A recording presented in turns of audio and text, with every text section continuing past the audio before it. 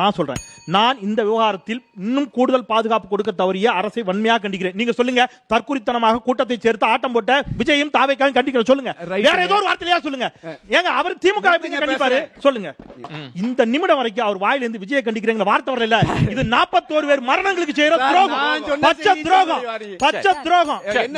41 மலினமான அரசியல் செய்யாதீங்க.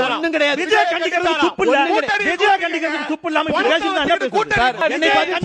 ஒரு வார்த்தை விஜய கண்டிக்கிறேன், ஒரு வார்த்தை சொல்லுங்க. விஜய கண்டிக்கிறேன், ஒரு வார்த்தை. விஜய் தப்பு செய்திருந்தால், விஜய் தப்பு செய்திருந்தால், தப்பு செய்திருந்தால் தெரியும், அரசு தப்பு செஞ்சிருக்கு கன்ஃபார்ம்.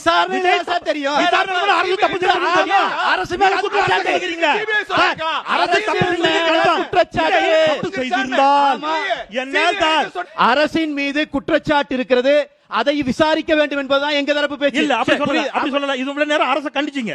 ஆமா, அப்புறம் விஜய் கண்டிங்க. எங்க மாத்தி மாத்தி பேசுறீங்க? என்ன சொல்றீங்க? விசாரணை முடிவுல தெரிய வரும்ங்கறீங்க. அப்புறம் அரசு தப்பு பண்ணிருக்கீங்க. ஏதா ஒண்ணுக்கு வாங்க. எந்த அளவுக்கு தொண்டை தண்ணி வத்த ஒரு கவுன்சிலர் எலெக்ஷன்ல கூட நின்னு ஜெயிக்காத ஒரு நபருக்காக விழுந்து விழுந்து வக்காலத்து வாங்குறாங்க.